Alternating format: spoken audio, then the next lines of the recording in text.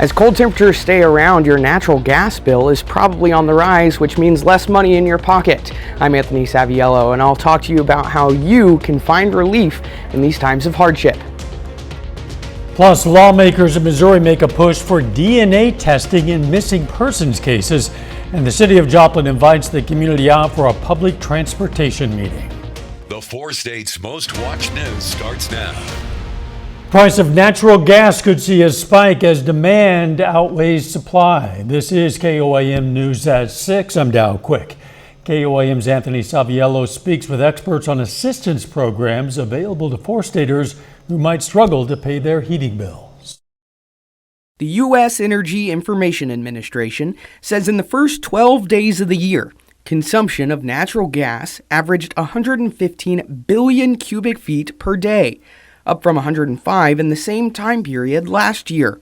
Higher consumption means higher prices and could mean more coming out of consumers' wallets. It's all about the usage, and we know when temperatures drop, it takes more energy to keep our homes and businesses warm. For some consumers, that bill could be more than anticipated, but there are options for those who may find themselves struggling. And that can include LIHEAP. That's the Low Income Home Energy Assistance Program. And basically, individuals can apply for that. And if they approve, they can get that one-time payment of $326 towards their heating or cooling bill. And right now, heating, of course. Vonda Cotton with Spire says no matter the reason for hardship, there are assistance options that can fit your needs. I want to touch on the critical medical needs. Now, that's a program for those who with an existing serious illness or chronic condition. This program basically assists our customers who are experiencing like that medical emergency, and we pretty much suspends the potential disconnection of service up to 30 days. For those who may feel embarrassed by the idea of asking for help, never disqualify yourself, or again, as Molly mentioned, feel embarrassed about reaching out. We all we're not unfamiliar with hard times, and we never know what's around the corner. Anthony Saviello, KOAM News. People who need assistance can call 211 or go to our website. Of course, that's KOAMnewsnow.com. Let's check in with Chief Meteorologist Doug Heddy now for a first look at the weather. Yeah, and it turned out to be warmer for us today. Temperatures much better as we went into low to mid 50s for highs. We're still sitting into the mid to upper 40s to near 50 degrees. We're not going to drop off as much tonight due to a southerly wind kind of keeping those temperatures up just a little bit. So we'll only drop back upper 30s, which is pretty good. Clouds increase through the day. Rain increases along the south of I-44.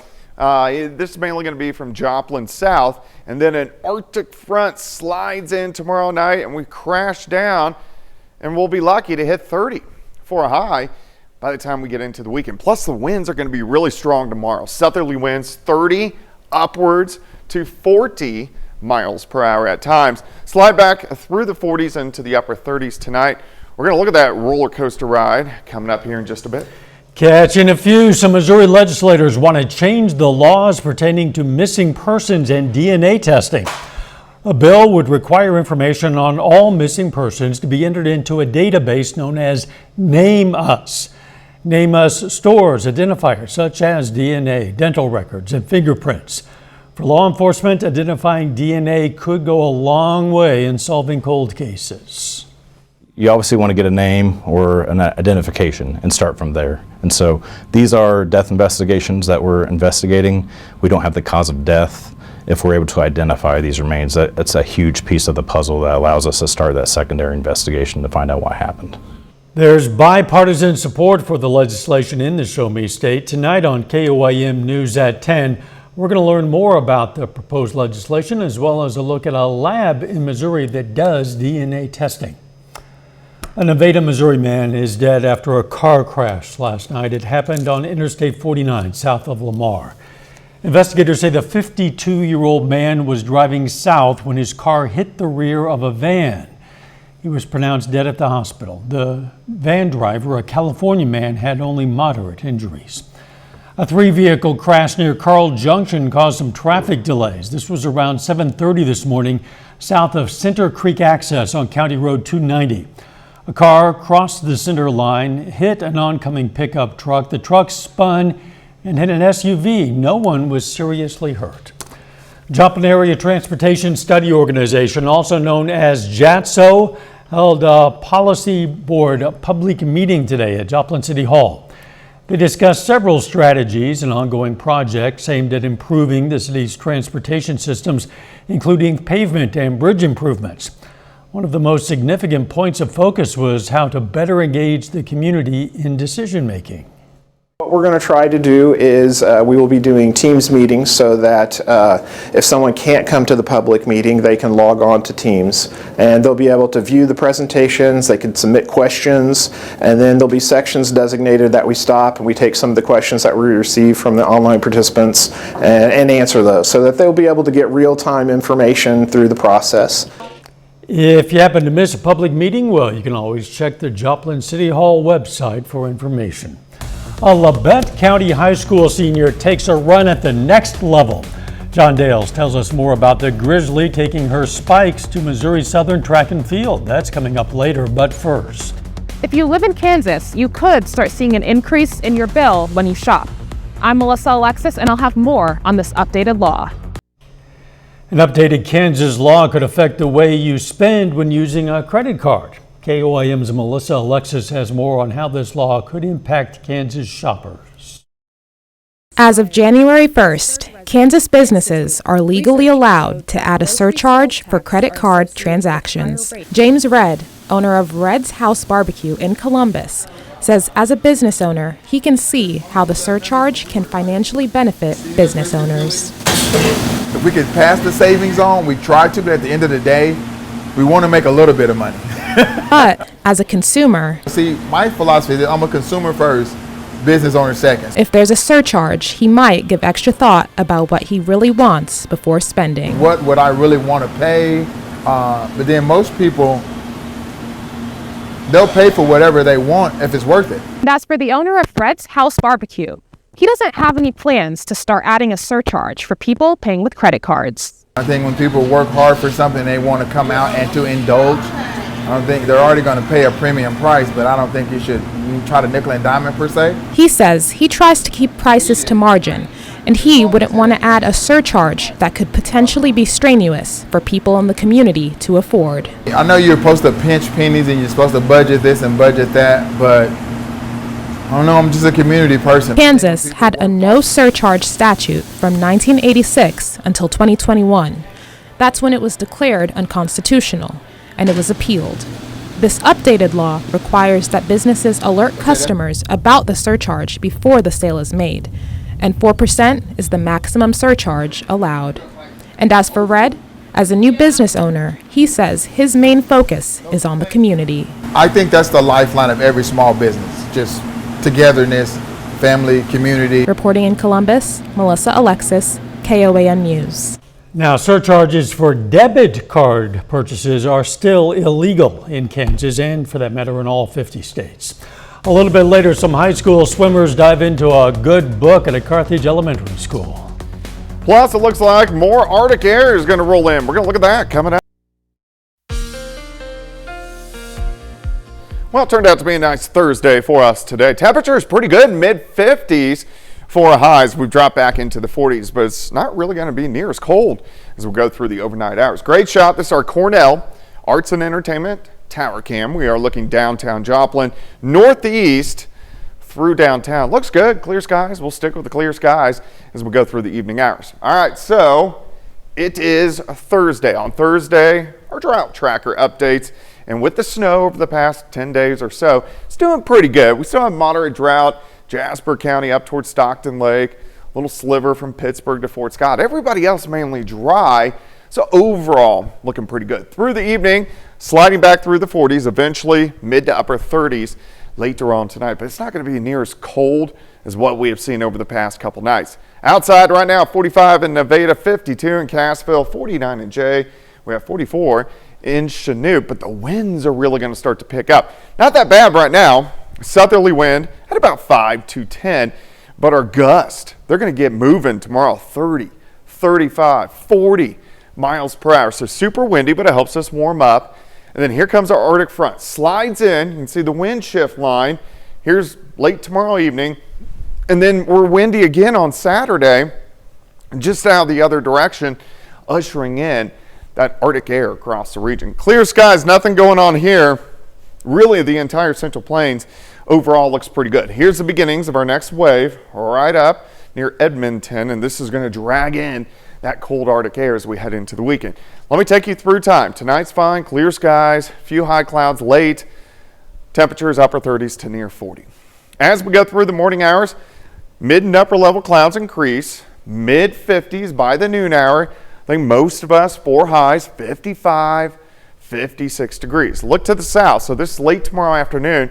Showers start to increase. These are mainly going to be along and south of I-44. Joplin north, maybe a few sprinkles, and that's about it. Showers work through and push out of here. Then here comes the Arctic air plunging in. So we'll have a lot of clouds to start Saturday into the upper 20s. And then we really kind of hold steady near 30 all day long. We could have a few bouts of flurries, a few bouts of very light snow showers as we go through the day. Once we get into Saturday night, clouds clear out, temperatures plummet down into the lower teens. All right, first off Friday, 41 to start, 54 by noon, high temp 56 with those evening showers south of I-44. How long will that Arctic air stick around? Well, it's here on Sunday.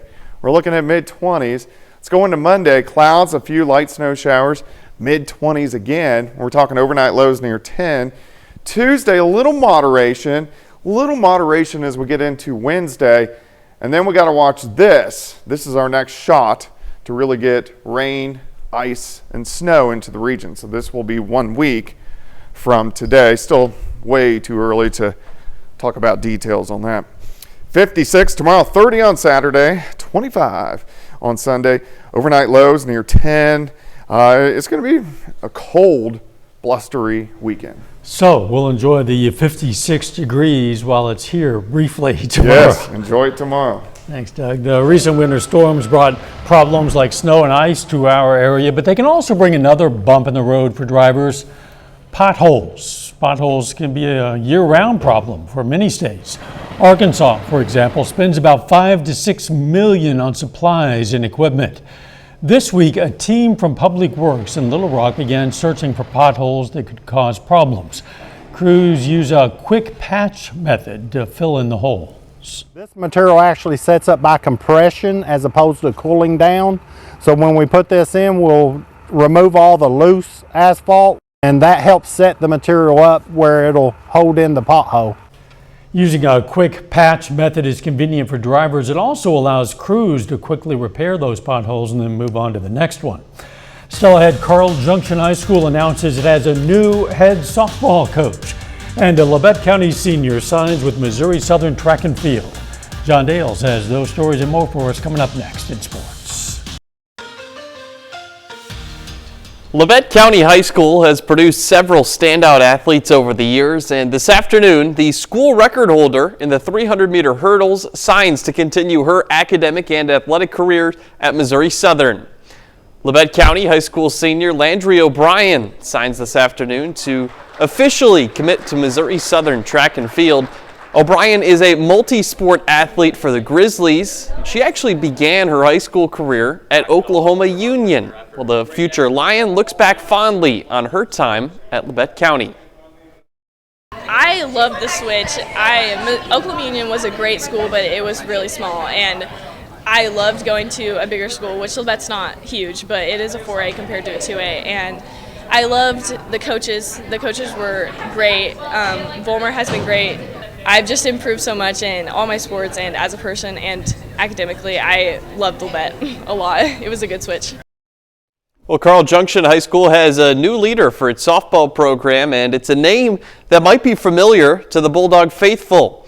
Carl Junction High School announces today Mandy Bauer is the new head coach of the Lady Bulldog softball team. Bauer is a 1997 graduate of CJ, and she served as the interim head coach of the softball team this past season.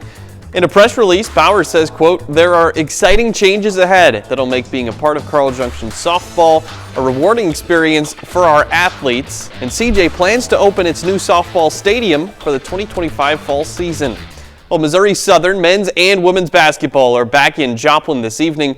Both teams are coming off a loss last time out. We'll start with the women's game. As we come on the air, they just got to halftime at the Leggett and Platt Center. The Lions lead 35-16 over Central Oklahoma. Things didn't start great for Southern, but it goes on a 31-7 scoring run to finish the half. MSSU freshman Grace Frazier has 7 points and 3 rebounds already. Right after that one finishes up, the MSSU men take on UCO. Both of these teams right around the middle of the pack in the MIAA thus far. Lions are 3-3 in conference play. The Broncos are 2-4. As always, we'll have the highlights from both games tonight at 9 on Fox 14, then 10 o'clock on KOAM. Well, tonight, pro basketball fans get an absolute treat as the two best teams in the NBA by far this season face off at Paycom Center in Oklahoma City. The Thunder take on the Cavaliers. OKC is 33-6 on the season. That's the best record in the Western Conference. Cleveland, meanwhile, 34-5. That's the best record in the East. Now, this is the second and final meeting of the regular season between these two. The Cavs won the first. That was last week. Tonight's game tips off in less than 10 minutes. It's not often that you get that where two teams are head and shoulders above everybody else on their side of the league and they get to play like this in the regular season. You want to see those heavyweights go head to head. Yeah. We'll be right back. Here's a look at what's coming up on KOAM News at 9 on Fox 14 tonight.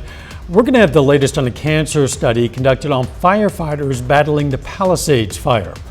Plus, we'll take a closer look at what's becoming a popular destination for users leaving TikTok. And the Joplin Public Library invites the public out to celebrate literacy and Dolly Parton, because who doesn't love Dolly Parton? Those stories and a lot more, of course. It's coming up tonight, KOAM News at 9 on Fox 14. Hey, to be the first to see breaking news, weather, and sports, download the KOAM News app. If you don't have this app yet, well, why not? It costs exactly nothing. It's available free of charge in the Apple App Store and the Google Play Store. Might as well download it right now. Just search for the KOAM News app. Some kids at Mark Twain Elementary in Carthage dove into a good read today thanks to help from the high school swim team. Members of the Lady Tiger swim team took some time to read to the kindergartners and just provide some general mentoring. I picked out the Pout Pout Fish book just because that was a book I remembered from whenever I was little, and also just kind of related because we're swimmers and he's a little fish, and then he's all upset, and then one day his new friend comes and then he gets happy. So I just thought that was kind of a cute book to choose. Sounds like the perfect choice. Actually, 10 swimmers from the Lady Tiger swim team made the trip. A nice opportunity to bond with those young people and to set an example for them and give them something to look forward to doing themselves someday, maybe for the next generation. I agree. The weather looking pretty nice tomorrow. Yeah, tomorrow looks good, 56. We are going to get some showers in here along and south of I-44. Tomorrow evening, Arctic air plummets in, cold, windy flurries. On Saturday, a high temp of only 30 degrees, so big switch. Good time to stay inside, maybe watch some football this weekend. Not a bad idea. Final sports notes. We'll have more on those Missouri Southern basketball games tonight. The women's team for the Lions already off to a great start. We'll see if the men can follow their lead. We'll find out soon enough. Thanks for joining us. We'll see you right back here for KOAM News at 10. Let's make it a great evening.